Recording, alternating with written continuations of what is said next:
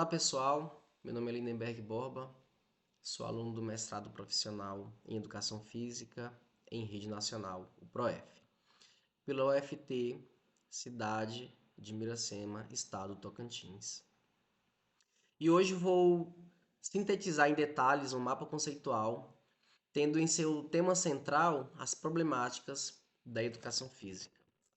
Como vocês podem observar, eu subdividi as problemáticas da educação física em 6 pontos, né, e 6 problemas.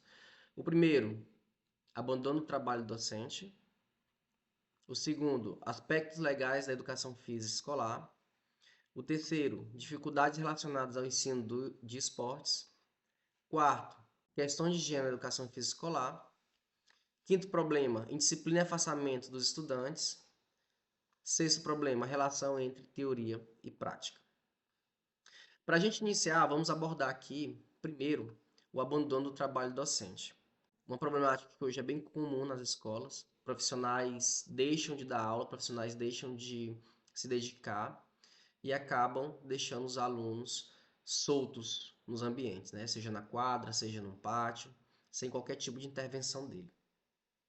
Então, esse é um problema que acontece e ele é bem comum, e nós temos que abordar ele de forma sistemática. Primeiro ponto, as práticas tradicionais, né, conhecida como esportivista. Esses professores, eles são muito apegados a essas práticas. Essas práticas, elas foram construídas, né, no período aí de 70, 80, 90. A educação física, lógico, ela sofreu uma evolução, mas esses professores ainda continuaram presos nessa época. Então, muitos desses profissionais, eles têm isso como conceito. Então, quais são as características desse tipo de ensino? Primeiro, a seleção dos mais habilidosos, ou seja, os alunos que não têm habilidade, eles geralmente ficam de fora. Percebe-se nas aulas que quando são aulas soltas, aqueles que menos jogam, eles ficam sentados, eles ficam sem participar. Então, outro ponto desse tipo de ensino, não existe contextualização esportiva ou do esporte. Os alunos, eles não sabem a origem, eles não sabem como surgiu, eles não sabem quem foram os atletas, os melhores atletas daquele esporte. Simplesmente ele vai lá e faz, sem qualquer tipo de contextualização. E qual que é também a outra característica desse tipo de ensino do abandono do trabalho docente?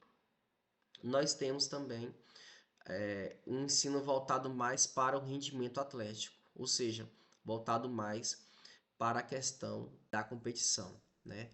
Então, nós temos esse tipo de prática de ensino, que são as práticas tradicionais. Nós temos, que eu acabei de falar, né? Nós temos também as práticas inovadoras, em contraponto às práticas tradicionais. E nós temos também o desinvestimento pedagógico, que são esses profissionais que desistiram da profissão e ainda continuam indo para a escola. Então, entrando na questão, no ponto das práticas inovadoras, nós vemos aqui outras características de profissionais. Por exemplo, são profissionais que têm empenho em ensinar os conteúdos. Esse é o contrário das práticas tradicionais. Não existe contextualização. Aqui já existe a contextualização dos conteúdos, dos esportes. Outra característica, existe uma ruptura dos elementos da tradição, ou seja, não se usa mais tanto atividades como se usa aqui nas práticas tradicionais. Nós temos também outra característica aqui das práticas inovadoras, que seria a estabilidade laboral. E eu consigo fazer essa ligação da estabilidade laboral dos profissionais que têm a prática inovadora junto com os profissionais do desinvestimento pedagógico, né, o famoso rola-bola. Então, ambos profissionais, eles exercem e existe uma confiança neles de exercer esse tipo de ensino, porque eles têm essa estabilidade laboral, ou seja, são professores concursados. Mais outra característica das práticas inovadoras são também as condições objetivas de trabalho. Então, Essa aqui também consigo fazer uma ligação entre os professores e profissionais do desinvestimento pedagógico. Por quê? Tanto os profissionais da prática inovadora quanto os profissionais do desinvestimento pedagógico, eles exigem condições de trabalho, ou seja, eles exigem uma infraestrutura boa e uma boa quantidade de material didático. Mesmo o profissional que não aplica a sua aula, que não trabalha de fato, ele vai precisar de materiais. Por quê? Porque os alunos precisam fazer algum tipo de jogo. E também de um espaço adequado, por exemplo, uma quadra poliesportiva. Então, tanto os profissionais das práticas inovadoras, quanto os profissionais do desinvestimento pedagógico, eles precisam de condições objetivas de trabalho. E indo mais específico aos profissionais do desinvestimento pedagógico, nós temos algumas características. Quais? Eles são os profissionais do rola-bola, então, sem qualquer planejamento, simplesmente chegam na aula, entregam um material e deixam os alunos fazerem lá as atividades que eles preferem, e não existe nenhum tipo de intervenção dele dentro dessa aula. É o famoso rola-bola. Ou seja, falta de intervenção, acabei de falar. Muitas vezes o máximo que ele faz é apitar o jogo. Fora isso, ele não faz mais nada. Então essas são as características desses profissionais. Essa problemática do abandono aqui do trabalho docente, ele é uma problemática comum. Como eu citei para vocês aqui, existe essa subdivisão, né, de profissionais com práticas tradicionais, profissionais com práticas inovadoras e os profissionais que realmente não dão aula. Então, saindo dessa problemática, nós vamos entrar em outra problemática aqui, que são os aspectos legais da educação física escolar. Então, dentro dessa problemática, nós temos aqui uma evolução das leis que ordena a disciplina. Nós temos aqui a lei de 61, né, a LDB, nós temos a de 61, nós temos a de 71, nós temos a LDB de 96, nós temos a lei 10.793 de 2003. Então, indo lá para as características da LDB de 61, nós temos a educação física totalmente obrigatória para o ensino primário e médio até 18 anos. Já na LDB de 71, ela passou a ser facultativa ao aluno. Então, aqui existem alguns pontos. Todo aluno poderia recusar a oferta da disciplina? Não. Existiam alguns critérios. Então, quais eram? Primeiro, o aluno que estudasse à noite trabalhasse mais de 6 horas. Então, era facultativa a esse aluno. Também facultativa a quem tivesse mais de 30 anos. Também facultativa a quem prestasse serviço militar. Então, por que que tinha esses pontos? Por que que a educação física era facultativa a esses alunos? Nessa época, entendia que o trabalho ele já fornecia atividade física suficiente para esses alunos. Também entendia que quem tivesse mais de 30 anos, né, certamente estaria trabalhando e certamente também estaria em atividade física. Então, quem prestasse serviço militar também tinha esse conceito, porque eles já faziam atividade física dentro das Forças Armadas e já eram suficientes. Da mesma forma, como eu citei antes, também quem trabalhava não precisaria da atividade física, porque lá dentro o aluno já tinha esse trabalho físico. Então, outra característica da educação física de 71 é que quem era fisicamente capacitado não precisaria fazer a aula. Então, por que que eles tinham esse pensamento? Porque eles acreditavam que a educação física não precisava ser conceituada, ou seja, não precisava ser pensada, era apenas algo prático. Então, nós vemos aqui que a educação física ela foi evoluindo, né? Então, nós partimos aqui da educação física da LDB de 61 para 71. Já houve algumas evoluções. Na educação física de 71, era uma educação física pautada apenas no campo procedimental. Então, saindo da educação física de 71, nós vamos entrar na LDB de 96. Então, aqui já muda algumas coisas. Por exemplo, a educação física era obrigatória no ensino infantil, fundamental e médio. e facultativa em cursos noturnos do ensino superior. Então, nesse tempo que já houve algumas mudanças e continuou evoluindo. Então, chegou a Lei 10.793 de 2003.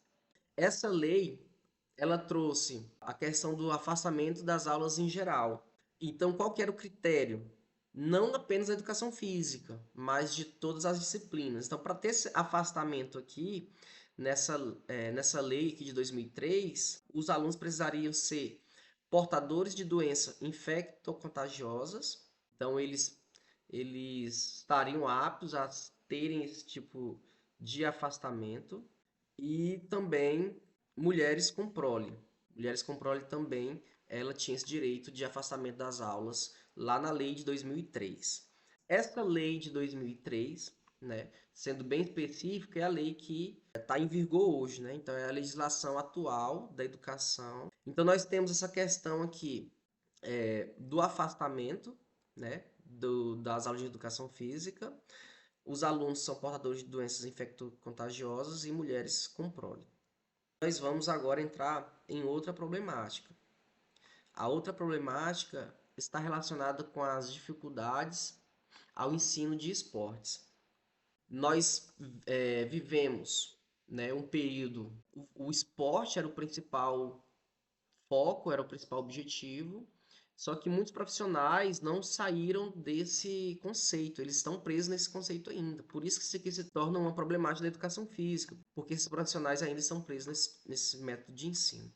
Então, desde o surgimento da educação física, nós passamos por alguns períodos. Então, nós temos o período higienista, nós temos o período militarista, nós passamos também pelo período esportivista, nós entramos em um período de abordagens renovadoras e também nós entramos no período que nós estamos hoje, né, que seria o panorama atual. Então eu vou citar aqui rapidamente, né, cada período. Lá no período higienista, o objetivo principal era ter alunos com saúde, corpos fortes e higiênicos. Então, a proposta da educação física nessa época era que os alunos fossem higiênicos, fortes e saudáveis. Então, saindo desse período higienista, nós entramos no período militarista, que é um pouco parecido também, porque o objetivo era terem alunos fortes, só que com algo a mais, o que seria um ideal de patriotismo e nacionalismo. Então, tanto o período higienista quanto o período militarista, eles se apegam nos aspectos biológicos, eles se apegaram nesses aspectos.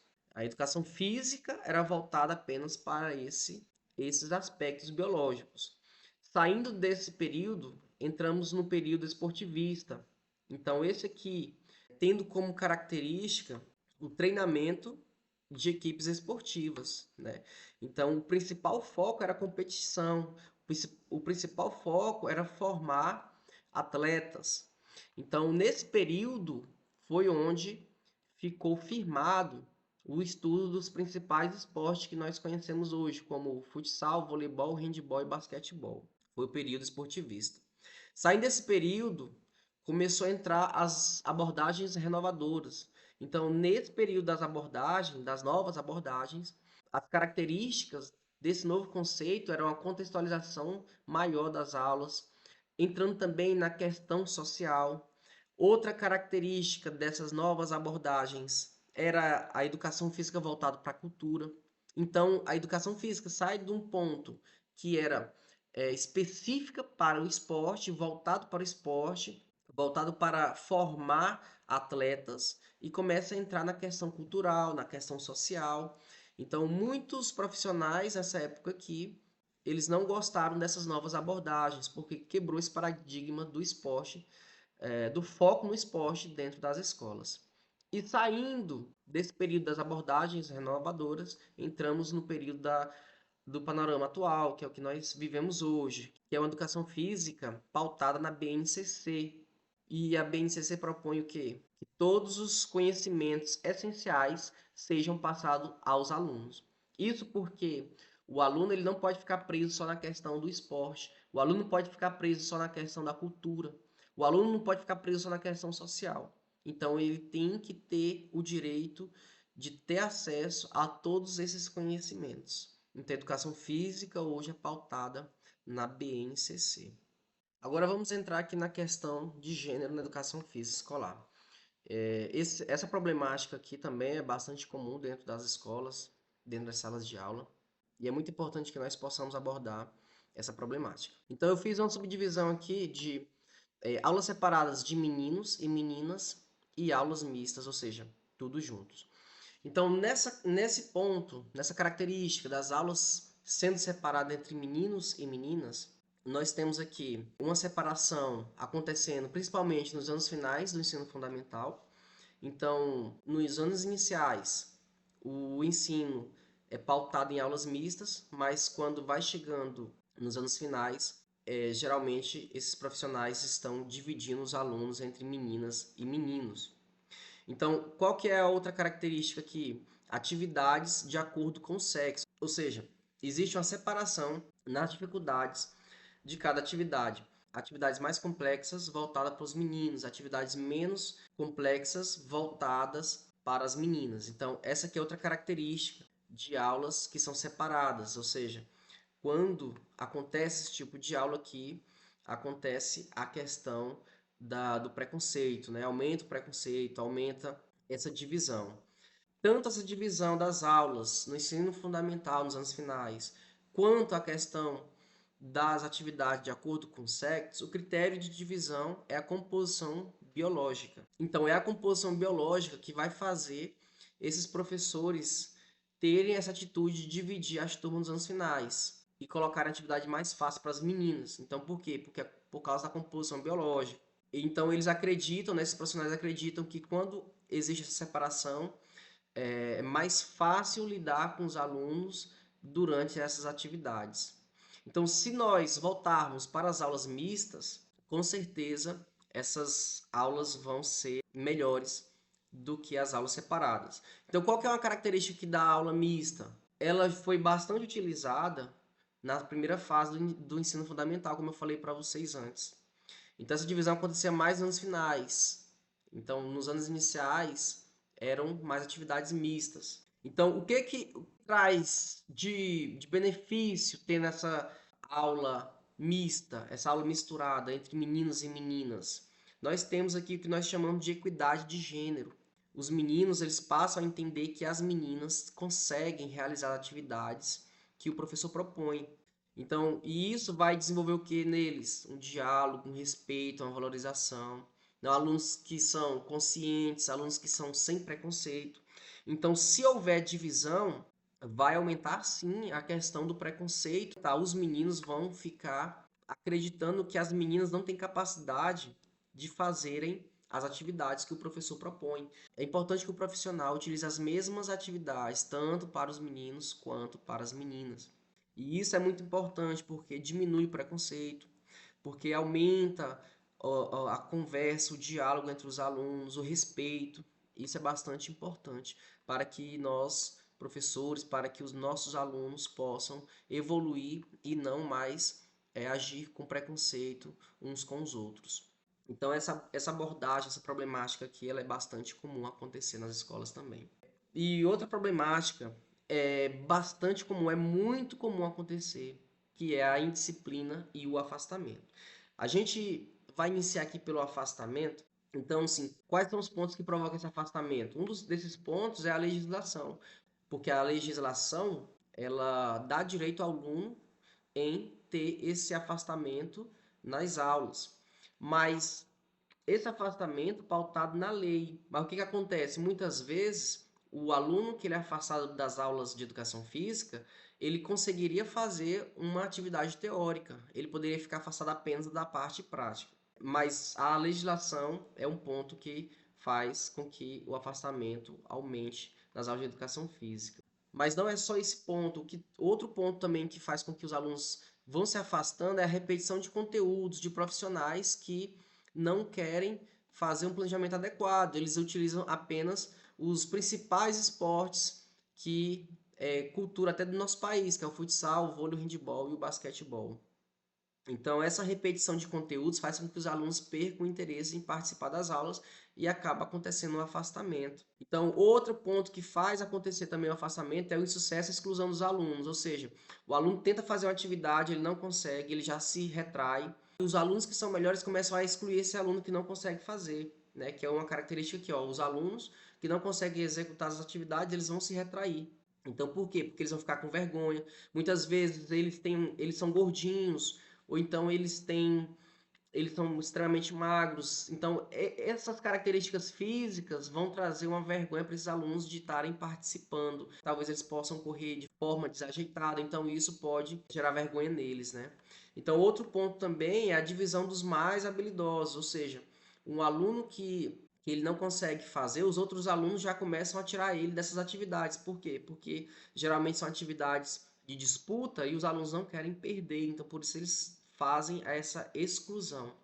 Então, todos esses pontos, a divisão dos mais habilidosos, vergonha de suas características, às vezes os alunos não conseguem fazer as atividades, são pontos que vai fazer com que o afastamento dos alunos só aumente nas aulas de educação física. Nós temos também mais um ponto que faz com que esse afastamento aumente, que são aulas no período contrário às outras disciplinas. Às vezes o aluno tem português, matemática, geografia no período da manhã e à tarde ele tem educação física. Então ele sai às 11 horas, vai para casa, almoça, ele tem que retornar às 13 para fazer a disciplina de educação física e aí ele não retorna. Então, às vezes, esse aluno ele vai resolver alguma coisa com os pais, ele vai trabalhar, ele vai fazer alguma coisa, então isso só aumenta a questão do afastamento. Então, o que, que seria a dificuldade dos alunos voltarem para a escola depois que eles saem para ir para casa? Então, é um ponto também que aumenta bastante o afastamento dos alunos na escola. Então, qual que é o outro problema? A indisciplina. A indisciplina é um problema também muito comum dentro das escolas. E nós temos aqui, eu separei duas perspectivas. A perspectiva dos alunos, né, pela qual acontece a disciplina, e a perspectiva dos professores, pela qual também acontece a disciplina. Indo na perspectiva do aluno, nós temos aulas desinteressantes, professores sem empenho, e às vezes até bullying de alunos e também de professores. Então, o que, que acontece? Os professores não têm estímulo de trazer uma aula diferenciada, os professores não têm empenho em trazer novos conteúdos, isso faz com que os alunos percam a vontade e acabam confrontando até muitas vezes o professor, causando o problema que nós chamamos aqui de indisciplina. E qual que é a perspectiva dos professores? Então, os professores relatam que a indisciplina dos alunos é um problema individual, é um problema da família. Muitas vezes os alunos vivem dentro de uma família conturbada, uma família que é violenta. Então, tudo isso vira um reflexo do aluno dentro da sala de aula. Às vezes, a própria comunidade é uma comunidade muito complicada e difícil, violenta.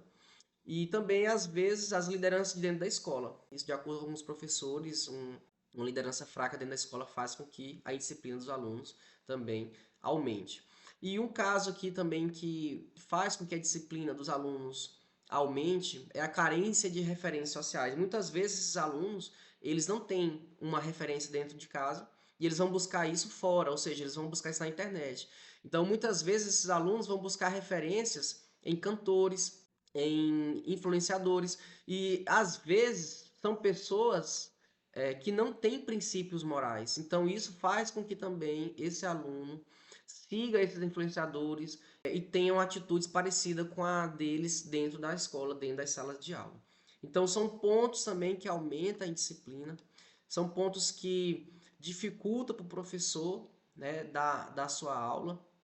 Saindo aqui da indisciplina, nós vamos entrar em outra problemática, que é a relação entre teoria e prática. E essa problemática é voltada aqui de forma exclusiva para os professores, porque tem professor que ele se apega muito no campo teórico e tem professor também que ele se apega muito no campo prático. Então, qual que é a característica?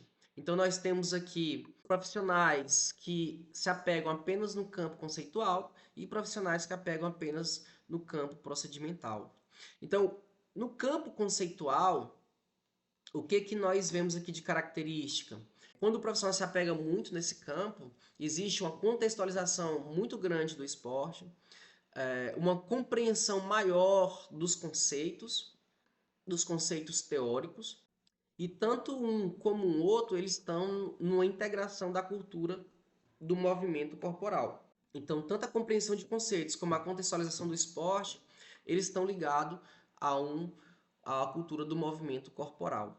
Então, outro ponto que traz essa questão conceitual é a abordagem renovadora, que eu citei nas problemáticas anteriores. A abordagem renovadora, ela entra dentro desse campo conceitual, porque são profissionais que buscam mais conteúdos, são profissionais que buscam mais inovações dentro de suas aulas. E aí nós vamos aqui também para o campo procedimental. Nesse campo procedimental são profissionais que são voltados mais para a prática. Então, quais são as características? Esses profissionais, eles dão muito foco na técnica dos movimentos, muito foco também nas capacidades físicas. Então, quando existe esse foco nas capacidades físicas, nós temos um desenvolvimento de habilidades. E quando esse foco é na técnica dos movimentos, nós temos o aprofundamento em algum esporte específico. E dependendo do professor, às vezes se aprofunda tanto no esporte que permanece nele e acaba acontecendo isso aqui. Por isso eu fiz essa ligação do esporte específico aqui com o famoso rola-bola. Às vezes o profissional desiste e acaba deixando a aula solta por critério dos próprios alunos.